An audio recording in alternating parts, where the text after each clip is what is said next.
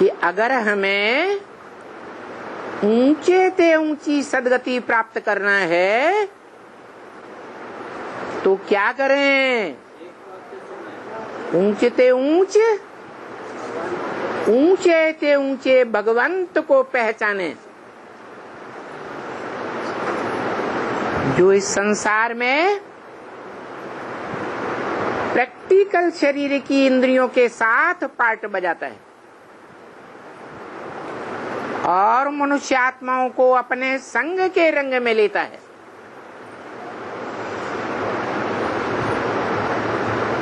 जैसा संग वैसा रंग लगता है। अगर सूर्यवंशी बाप को पहचान करके सूर्यवंश का रंग लेंगे तो सूर्यवंशी आत्मा बनेंगे। कभी भी किसी भी जन्म में कोई दूसरे धर्म वालों के सामने नजर नीची नहीं झुकाएंगे। क्या कहा? झुकेंगे? नहीं झुकेंगे। देहम वा पातयामि कार्यम वा साधयामि। सर कटा सकते हैं लेकिन सर झुका सकते नहीं। क्या बनना है? सूर्यवंशी बनना है, इस्लामी बौद्धी क्रिश्चियन आदि बनना है,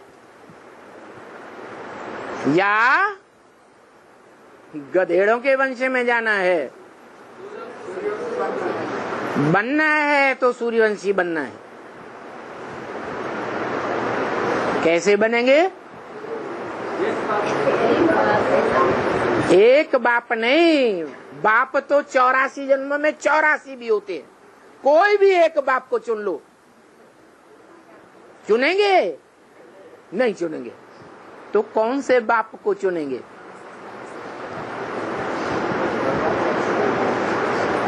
कौन से बाप को जानेंगे?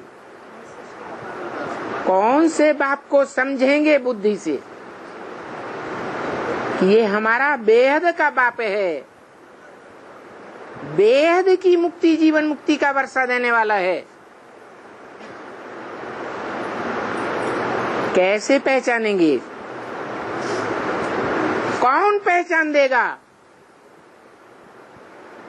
अरे है?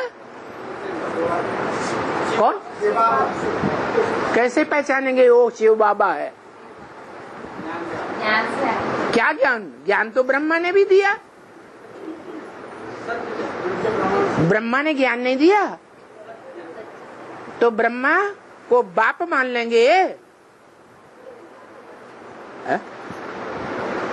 अरे आसाराम बापू भी लाखों की पब्लिक को ज्ञान देते थे। वो ज्ञान लेने वाले समझते थे ऐसा ज्ञान तो कोई नहीं सुना सकता जैसा हमारे आसाराम बापू सुनाते।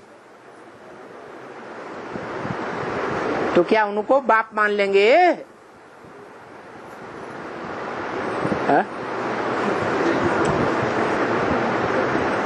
अरे अरे मनुष्य सृष्टि का जो बाप इस मनुष्य सृष्टि में तीनों काल में उपस्थित रहता है, प्रेजेंट रहता है, उस बाप का परिचय किससे लेंगे? कौन देगा उसका परिचय? अरे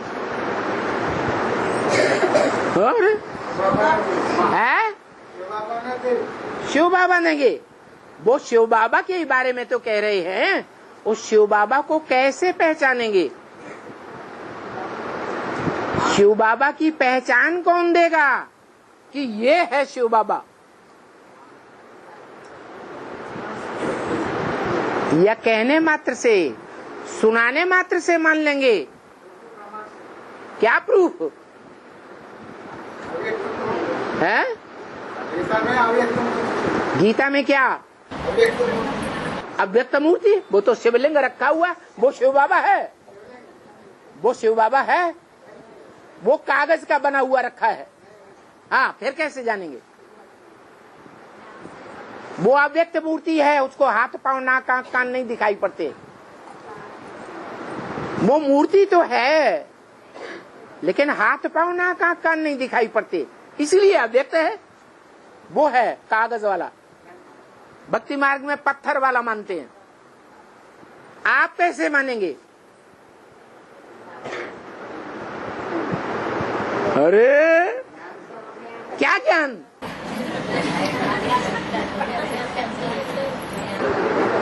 वो ज्ञान हमें भी बताओ तो हम भी उसको फॉलो करें।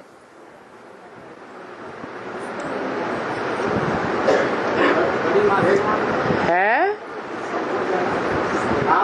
सदगुरु एक ही दर्शन में आते हैं? वो बाप भी है, वो टीचर भी है, वो सदगुरु भी है, वो कागज पे बना हुआ है। वो अव्यक्त मूर्ति दिखाई देता है। वो मूर्ति ऐसी है जिसको हाथ पांव नाक आंख कान नहीं दिखाई देते, अव्यक्त है। व्यक्त नहीं है हाथ पांव नाक आंख कान। देख लो है? कौन है वो? माँ कहाँ है? वो माँ कहाँ है?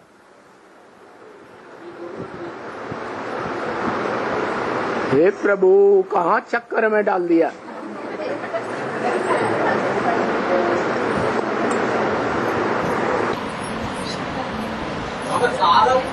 सामल परिवार में एक आत्मा से युवा का ज्ञान आंसर मिलते हैं। इसलिए हमारा बाप है सारा ब्राह्मण परिवार में आत्मा से सब वार्तालाप का आंसर को जवाब मिलती है। हमारा बाप माने जिससे साफ बातों का जवाब मिल जाए। ईश्वरीय ज्ञान सब प्रश्न का जवाब मिलती है। इंटरनेट में एक 5-7 साल का बच्चा, उससे जो सवाल पूछो उस 7 सवाल का जवाब देता है एक्यूरेट। तो वो हमारा बाप है क्या? है? उस बच्चे को अपना बाप मान लें।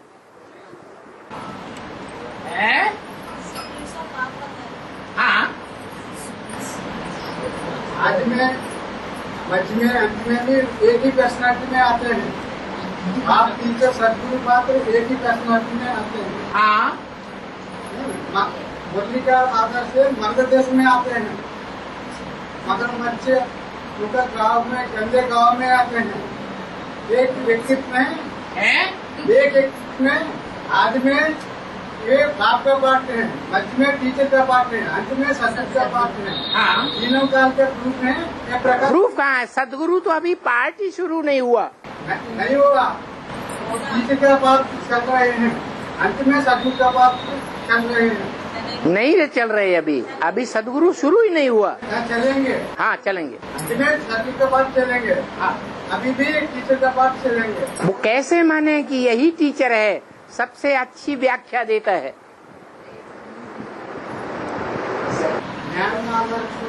क्या ज्ञान? गीता का श्लोक आदर्श से, मुरली का आदर्श से। गीता का क्या श्लोक है जिस श्लोक से ये पहचाना जाए कि यही मनुष्य सृष्टि का बैठ गया? भगवत में है जी शरीर कौन्तेय, जी शरीर से इदम शरीरम कौन्तेय क्षेत्रम इत्यभिधीयते। हे कौन्तेय अर्जुन, ये जो तुम्हारा शरीर है ये क्षेत्र है, युद्ध क्षेत्र है, कर्म क्षेत्र है। तो कौन सा क्षेत्र है? कौन सा? कौन अर्जुन है? कहाँ है? कैसे पता चले? प्रूफ चाहिए। 5000 ड्रामा में 1 सेकंड की बात कम नहीं है। ये भी है, ये भी है, ये भी है, किसी का पार्ट कम नहीं है। प्रूफ चाहिए, सिर्फ कहने मात्र से कोई नहीं मानेगा। बाबा ने बोला बुद्धिमान बाप के बुद्धिमान बच्चे बिना प्रूफ और प्रमाण के कोई बात मानने के लिए तैयार नहीं होते।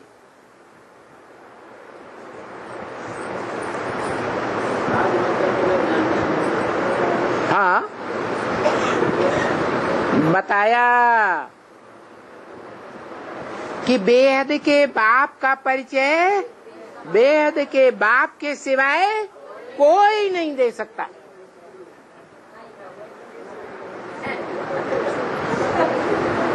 वो बेहद का बाप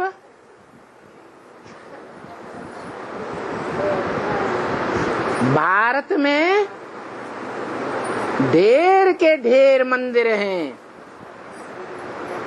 जिनमें उस बाप की पूजा होती है। बाप के यादगार मंदिर बने हुए हैं। उन मंदिरों में उस बाप की मूर्ति दिखाई गई है। उस एक मूर्ति के सामने ही जो भी भक्त जाता है वो एक के सामने खड़े होकर कहता है, तू ही मेरी माता है, दूसरा नहीं। तू ही मेरा पिता है, दूसरा तीसरा नहीं। शिवलिंग के सामने जाकर कहता है। वो एक ही शिवलिंग मूर्ति है। वो हमारा बाप भी है, टीचर भी है, सदगुरु भी है। त्वमेव सर्वम मम देव देव। तू मेरा बंधु भी है, सखा भी है। मना सर्वम मम देव देव, तेरे के साथ मेरे सर्व संबंध हैं। जो आत्माओं का बाप है उसके साथ एक ही संबंध, और उस शिवलिंग के साथ सर्व संबंध। तो वो स्वयं ही अपना परिचय दे सकता है दुनिया में, जिसकी यादगार सारी दुनिया में मंदिर बने हुए हैं, जिसकी मूर्तियां दुनिया में जितनी भी देश देशांतर में खुदाइयां हुई हैं, सबसे जास्ती संख्या में वो मूर्तियां मिली हैं। इससे क्या साबित होता है? वो सबका बाप है। सर्वधर्म पिताओं का, सर्वधर्म पिताओं के फॉलोअर्स का भी बाप है। वो बाप वो लिंग रूप का परिचय सिवाय उस लिंग स्वरूप बाप के कोई नहीं दे सकता। लोग पूछते हैं ये भारतवासी क्या गोल पत्थर रखा है, इसकी पूजा करते रहते हैं।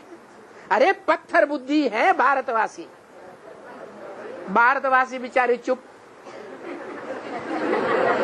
क्या जवाब दे? वो कहते हैं अंध श्रद्धालु है ये भारत के लोग, अंधविश्वासी है। भारतवासी चुप, क्या जवाब दे? अरे तुम जिसे भगवान माने बैठे हो, वो भगवान तुम्हारा जो कर्म करता है वही कर्म दुनिया के सारे मनुष्य मात्र कर रहे हैं। वही कर्म दुनिया के सारे प्राणी मात्र, पशु पक्षी पतंगे कीड़े मकोड़े, सारे वही कर्म करते हैं। तो सब भगवान हुए ना। आत्मा सो परमात्मा हुई ना। मान लेंगे? क्यों नहीं मानेंगे? सही बात तो कहते हैं। तुम्हारी गीता में ही तो लिखा हुआ है कि भगवान कहते हैं मैं जो कर्म करता हूं मेरे कर्मों को सारी दुनिया फॉलो करती है।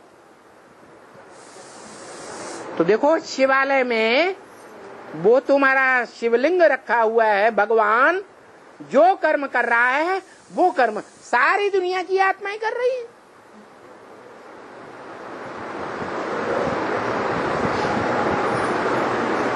तो इस बात को मान लें कि सभी आत्माएं सो परमात्मा है?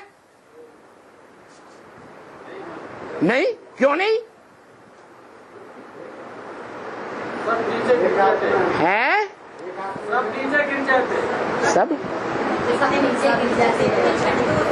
सब नीचे गिर जाते। वो नहीं नीचे गिर रहा है, वो गड्ढे में नहीं जा रहा है। अरे दिखाई नहीं पड़ता है?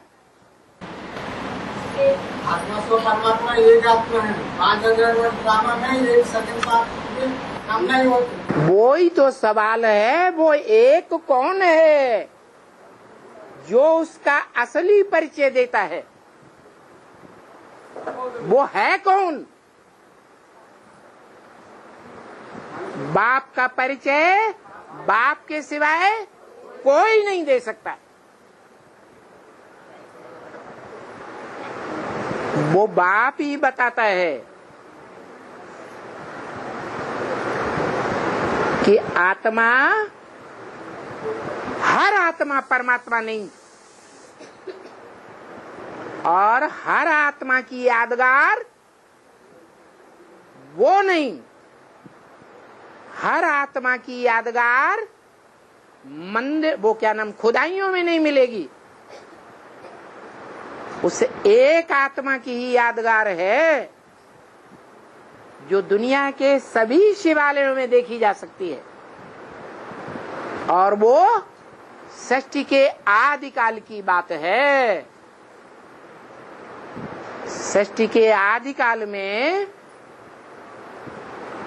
कलयुग के अंत में, झूठ खंड के अंत में, उस सत्य बाप ने ही सच खंड बनाया था, सत्य युग बनाया था। वो हेवनली गॉड फादर है।